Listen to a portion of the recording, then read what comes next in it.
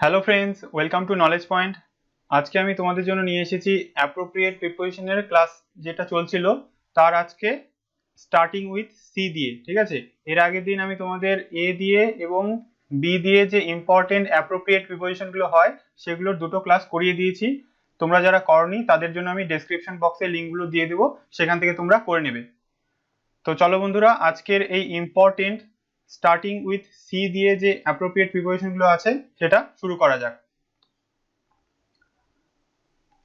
এক নম্বরটা দেখো কি বলেছে, কেলাস টু। ঠিক আছে, কেলাস টু মানে উদাসীন। কেলাস টু মানে উদাসীন। হি ইজ কেলাস to my suffering. He is কেলাস টু মাই সাফারিং। সে আমার সমস্যাগুলোর ব্যাপারে উদাসীন। সে আমার সমস্যাগুলোর ব্যাপারে উদাসীন। হি ইজ কেলাস টু মাই সাফারিং।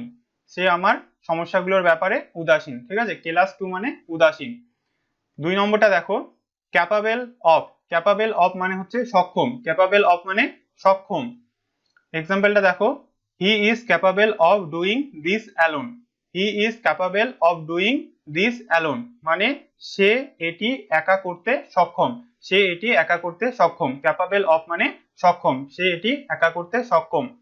নেক্সট দেখো 3 নম্বর, ক্যাপাসিটি ফর। ক্যাপাসিটি ফর মানে হচ্ছে যোগ্যতা বা ক্ষমতা। ক্যাপাসিটি ফর মানে যোগ্যতা বা ক্ষমতা।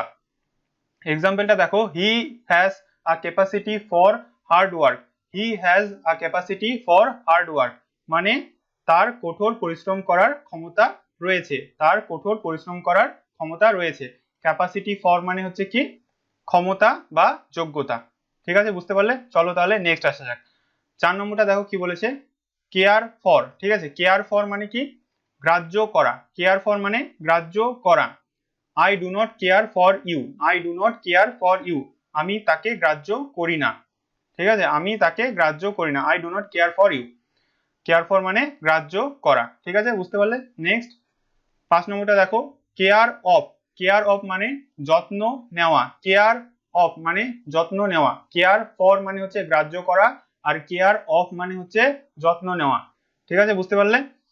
এক্সাম্পলটা দেখো, take care of your health. Take care of your health তুমি তোমার স্বাস্থ্যের যত্ন নিও।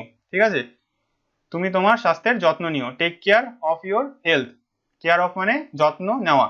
নেক্সট দেখো 6 নম্বর, কেয়ারফুল অফ। কেয়ারফুল অফ মানে যত্নবান। কেয়ারফুল অফ মানে যত্নবান। এক্সাম্পলটা দেখো, he is careful of his money.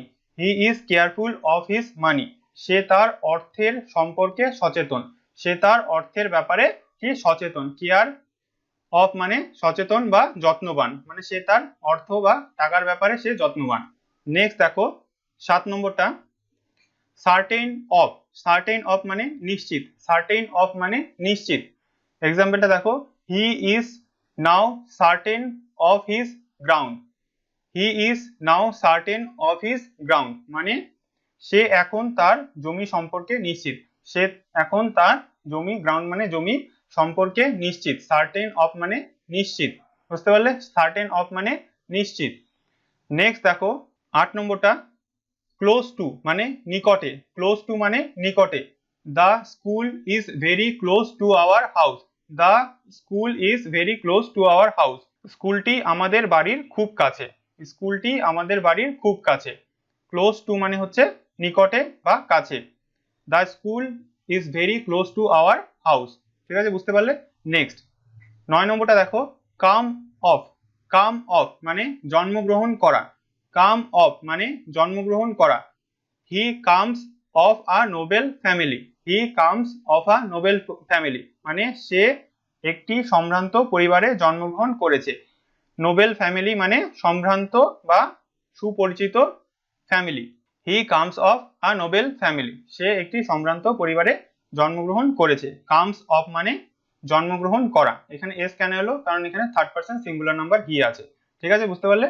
Next 10 নম্বরটা দেখো, কমপ্লাই উইথ। কমপ্লাই উইথ মানে মেনে নেওয়া। কমপ্লাই উইথ মানে মেনে নেওয়া। I shall comply with your request. I shall comply with your request মানে আমি আপনার অনুরোধ মেনে চলবো। আমি আপনার অনুরোধ মেনে চলবো। কমপ্লাই উইথ মানে মেনে নেওয়া। ঠিক আছে, কমপ্লাই উইথ মানে মেনে নেওয়া। নেক্সট 11 নম্বরটা দেখো, কম্পোস্ট অফ। কম্পোস্ট অফ মানে হচ্ছে তৈরি করা বা গঠন করা, ঠিক আছে, তৈরি করা বা গঠন করা। এক্সাম্পলটা দেখো, water is compost of hydrogen and oxygen. Water is compost of hydrogen and oxygen মানে জল হাইড্রোজেন এবং অক্সিজেন দ্বারা গঠিত, ঠিক আছে, জল হাইড্রোজেন এবং অক্সিজেন দ্বারা গঠিত। কম্পোস্ট অফ মানে গঠিত বা তৈরি, ঠিক আছে। Water is compost of hydrogen and oxygen. Next 12 নম্বরটা দেখো, কংগ্রাচুলেট অন। কংগ্রাচুলেট অন মানে অভিনন্দিত করা, অভিনন্দিত করা। কংগ্রাচুলেট অন মানে অভিনন্দিত করা। এক্সাম্পল দেখো, I congratulate you on your success. I congratulate you on your success. আমি তোমার সাফল্যের জন্য তোমাকে অভিনন্দন জানাই। আমি তোমার সাফল্যের জন্য তোমাকে অভিনন্দন জানাই। কংগ্রাচুলেট অন মানে হচ্ছে অভিনন্দন জানানো, ঠিক আছে, বুঝতে পারলে। নেক্সট 13 নম্বরটা দেখো, কনসিয়াস অফ। কনসিয়াস অফ মানে সচেতন। কনসিয়াস অফ মানে সচেতন। এক্সাম্পলটা দেখো, he is conscious of his weakness.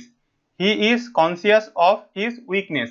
সে তার দুর্বলতা সম্পর্কে সচেতন। সে তার দুর্বলতা সম্পর্কে সচেতন। কনসিয়াস অফ মানে সচেতন, উইকনেস মানে দুর্বলতা। সে তার দুর্বলতা সম্পর্কে সচেতন, ঠিক আছে, হি is conscious of his weakness. Next 14 নম্বরটা দেখো, কনসিস্ট অফ। কনসিস্ট অফ মানে হচ্ছে গঠিত, ঠিক আছে, কনসিস্ট অফ মানে গঠিত। This class consist of 50 boys. This class consist of 50 boys মানে এই ক্লাসটি 50 জন ছেলে নিয়ে গঠিত। এই ক্লাসটি 50 জন ছেলে নিয়ে গঠিত।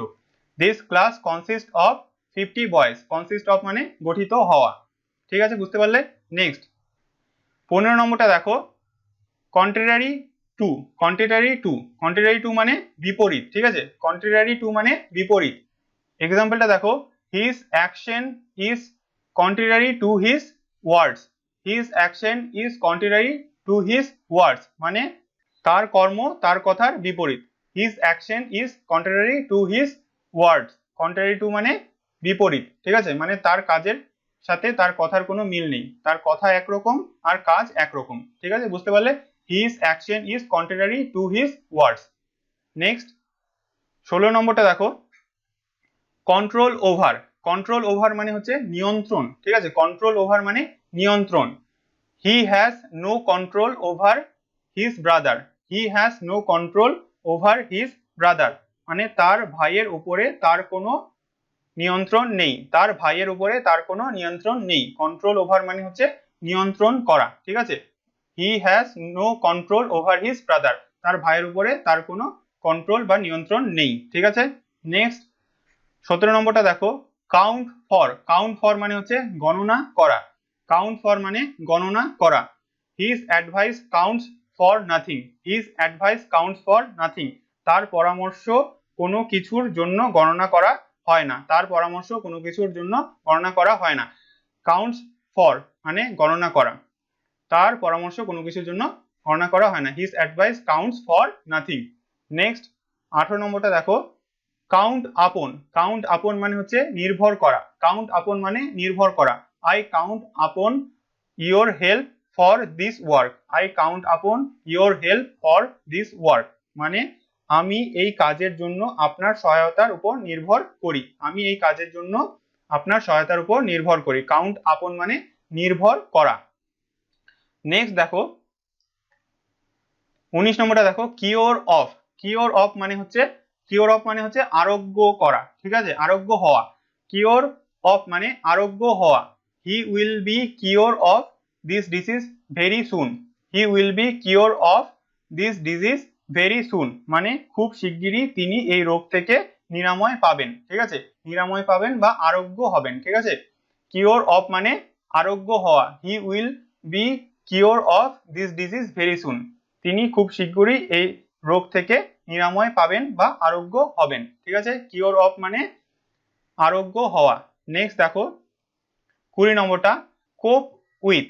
কোপ উইথ মানে সহ্য করা। কোপ উইথ মানে সহ্য করা। আই ক্যান নট কোপ with this situation. I can not কোপ উইথ দিস সিচুয়েশন মানে আমি এই পরিস্থিতি আর সহ্য করতে পারছি না, আই ক্যান নট কোপ উইথ দিস সিচুয়েশন। কোপ উইথ মানে হচ্ছে সহ্য করা। তো নেক্সট যেটা আছে সেটা হচ্ছে তোমাদের জন্য হোমওয়ার্ক বন্ধুরা। আজকে যদি ক্লাসটা তোমরা ঠিক করে থাকো তাহলে এই হোমওয়ার্কটা তোমরা অবশ্যই পারবে। দেখো কি বলেছে, the exports consist dash coffee, pepper, cardamoms and coconuts. তো এই ড্যাশের মধ্যে কি হবে সেটা তোমাদের বলতে হবে। The export consist dash coffee, pepper, cardamom and কোকোনাটস।